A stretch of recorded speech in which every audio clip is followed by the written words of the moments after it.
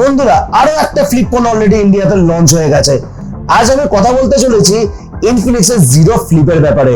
এই ফোনটা হাতে নেওয়ার পর কিন্তু আপনার একেবারে কিন্তু মনে হবে না যে এই ফোনটা ইনফিনিক্সের ফার্স্ট জেনারেশন ফ্লিপ ফোন।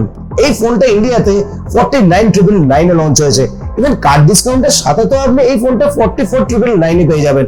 তো একটা জিনিস দেখে কিন্তু আমার প্রচন্ড পরিমাণে ভালো লাগছে যে এখন বর্তমানে ফ্লিপ ফোন আপনি 50,000 এর নিচে কিন্তু পেয়ে যাচ্ছেন। বক্সের সাইডে এবং পেছনে আপনি বড় বড় করে ফোনের স্পেসিফিকেশন দেখতে পেয়ে যাবেন যে ফোনটার মধ্যে কি কি দেওয়া হয়েছে, এবং বক্সের আরেক সাইডে আপনি বড় করে লেখা রয়েছে মেড ইন ইন্ডিয়া। এবং এই ফোনটার কিন্তু বক্স ওপেনিং এর কিন্তু এক্সপিরিয়েন্স অন্যরকম, একেবারে ঠিক এইভাবে উঠে আসে। সবার উপরে আপনি স্মার্টফোন দেখতে পেয়ে যাবেন এবং তার ভেতরে আপনি আরো কয়েকটা বক্স দেখতে পেয়ে যাবেন। তার মধ্যে আপনি একটি হার্ড কভার দেখতে পেয়ে যাবেন যেটার কোয়ালিটি কিন্তু বেশ ভালো বলবো, এবং সাথে আপনি একটি সিম ইজেক্টর পিন এবং এর সাথে আপনি একটি 70 ওয়াটের অ্যাডাপ্টার দেখতে পেয়ে যাবেন, সাথে একটি USB A to C কেবল দেখতে পেয়ে যাবেন। তো বক্সের মধ্যে আপনি সমস্ত কিছু পেয়ে যাচ্ছেন। এই ফোনটা দুটো কালারে অ্যাভেলেবেল। যদি ডিজাইনের কথা বলি, এই ফোনটার ডিজাইন কিন্তু আমার দারুণ লেগেছে। যদি বিল্ড কোয়ালিটির কথা বলি না, ইনফিনিক্স কিন্তু কোনো জায়গা থেকে কিন্তু কোনো রকম কর্নার কাট করেনি। এই ফোনটা একটা গ্লাস মেটালের স্যান্ডউইচ ডিজাইনের সাথে আসে। এই ফোনটার কিন্তু ব্যাক প্যানেল গ্লাস ফিনিশের সাথে আসে এবং এর ফ্রেম অ্যালুমিনিয়াম ফ্রেম, যেটা কিন্তু দারুণ আমি বলবো। এর হিঞ্জ কিন্তু বেশ স্টাডি এবং বেশ মজবুত লেগেছে আমার। এর হিঞ্জ স্টেনলেস স্টিলের। ইনফিনিক্স ক্লেম করছে যে এই ফোনটা নাকি 4 লাখ বার পর্যন্ত ফোল্ড করা যাবে, তাতে কিন্তু কোনো রকম সমস্যা আসবে না। এই ফোনটার যে আউটার ডিসপ্লে আপনি পাচ্ছেন সেটার মধ্যে আপনি গরিলা গ্লাস ভিক্টাস 2 এর প্রোটেকশন পেয়ে যাচ্ছেন, এবং এর ব্যাক প্যানেলে আপনি গরিলা গ্লাস 7 এর প্রোটেকশন পেয়ে যাচ্ছেন, এবং এর ইনার ডিসপ্লেতে আপনি ইন্টিজি প্রোটেকশন পেয়ে যাচ্ছেন। তবে যেটা মাইনাস পয়েন্ট লেগেছে যে এই ফোনটার মধ্যে কোনো রকম আপনি IP রেটিং পাচ্ছেন না। তো যদি এই ফোনটার মধ্যে IP রেটিং দেওয়া যেত তাহলে কিন্তু আমি বলতাম যে কমপ্লিট ডিজাইন। পোর্টস বাটনের কথা যদি বলি, আমি নিচে আপনি সিম কার্ড ট্রে দেখতে পাবেন, টাইপ সি পোর্ট দেখতে পাবেন, স্পিকার গ্রিল দেখতে পাবেন এবং মাইক্রোফোন দেখতে পাবেন। রাইট হ্যান্ড সাইডে আপনি পাওয়ার অন অফ বাটন দেখতে পাবেন, যেটা ফিঙ্গারপ্রিন্ট সেন্সরও, এবং ঠিক তার উপরেই আপনি ভলিউম রকার দেখতে পাবেন, এবং উপরের সাইডে আপনি একটি সেকেন্ডারি নয়েজ ক্যান্সেলেশন মাইক্রোফোন দেখতে পাবেন। লেফট হ্যান্ড সাইড পুরো ক্লিন। এবার আসছে ডিসপ্লেতে। সবার আগে এই ফোনটার কভার ডিসপ্লে নিয়ে কথা বলা উচিত। এই প্রাইস সেগমেন্টে এই ফোনটা সবথেকে বড় কভার ডিসপ্লে দিচ্ছে। এই ফোনটার মধ্যে আপনি 3.64 ইঞ্চের একটা 120 হার্জ এর অ্যামোলেড ডিসপ্লে দেখতে পেয়ে যাবেন। ইনফিনিক্স এই ফোনটার মধ্যে কভার ডিসপ্লে 120 হার্জ এর দিয়েছে।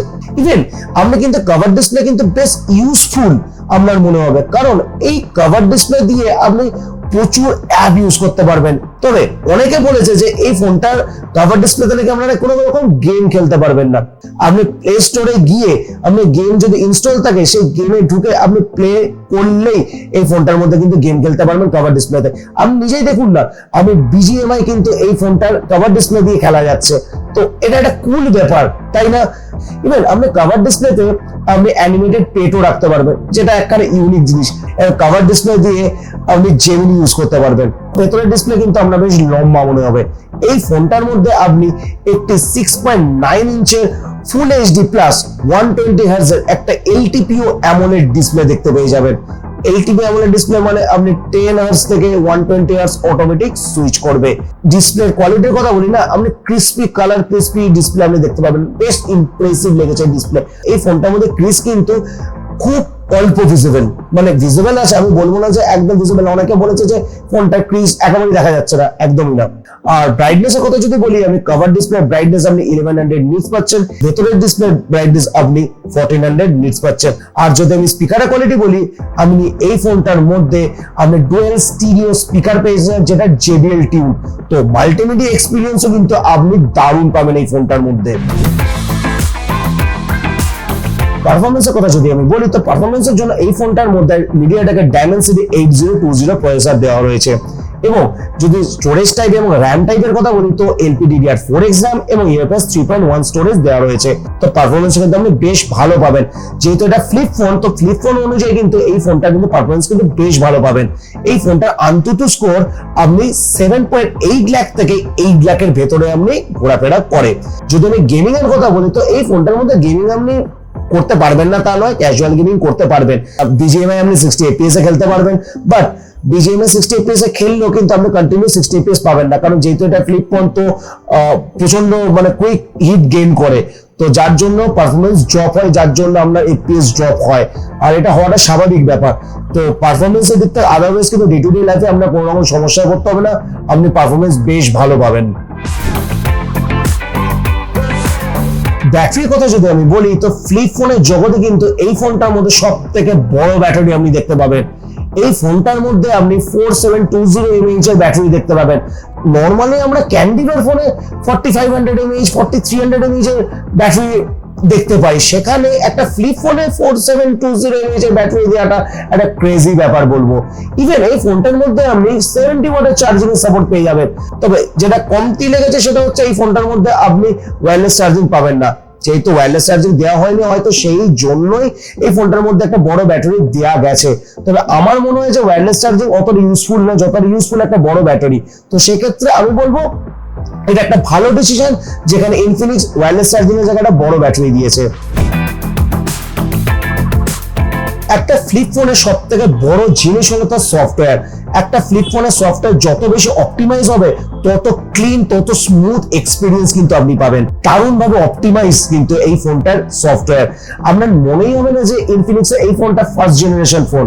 আর এই ফোনটার মধ্যে আপনি XOS 14.5.0 দেখতে পাবেন, যেটা অ্যান্ড্রয়েড 14 এর সাথে আসে, এবং এই ফোনটার মধ্যে আপনি 2 বছরের মেজর ওএস আপডেট এবং 3 বছরের সিকিউরিটি প্যাচ আপডেট দেখতে পেয়ে যাবেন। এই ফোনটার মধ্যে 3 বছর বা 4 বছরের ওএস আপডেট দেখতে পেতাম, তাহলে আমি বলতাম যে yes, it could be better. একটা দুটো আপনি প্রি ইনস্টল অ্যাপ পাবেন যেগুলো আপনি আনইনস্টল করতে পারবেন, বা বাদ বাকি দিক থেকে যদি আমি দেখা যায় না, একবারে ক্লিন এক্সপিরিয়েন্স আপনি এই ফোনটার মধ্যে পাবেন, যেটা আপনার ইউজার এক্সপিরিয়েন্সকে আরো সুন্দর করে তুলবে।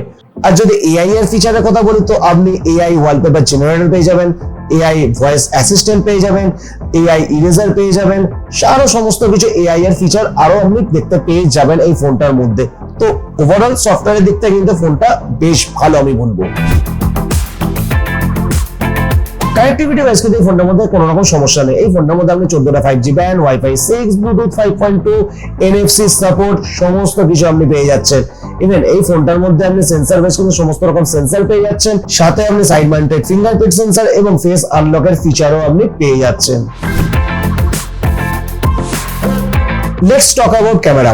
এই ফোনের কিন্তু ক্যামেরা কোয়ালিটি অন্যান্য ইনফিনিক্সের ফোনের থেকে কিন্তু বেশ ভালো আমি বলবো।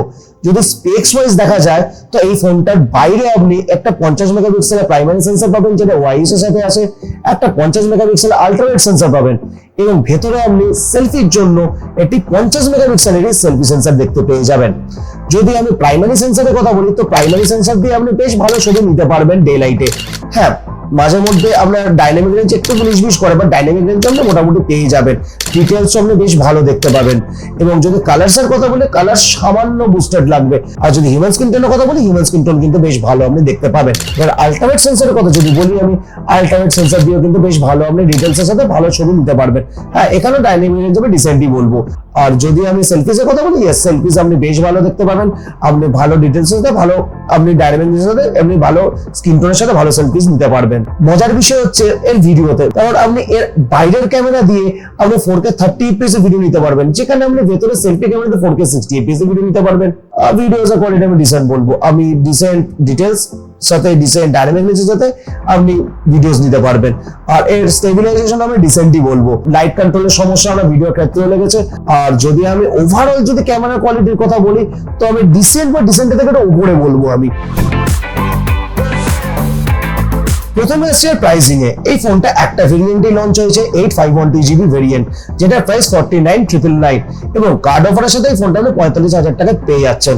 যদি রেকমেন্ডেশনের কথায় আমি আসি, তো এই ফোনটা অবশ্যই আপনাদেরকে রেকমেন্ড করব, কারণ যেই প্রাইস পয়েন্টে এই ফোনটা লঞ্চ হয়েছে, যে প্রাইস পয়েন্টে এই ফোনটা পাওয়া যাচ্ছে, সেই প্রাইস পয়েন্টে যা যা জিনিস এই ফোনটা অফার করছে, সেইটা কিন্তু অন্যান্য ফোন আপনাকে দেবে না।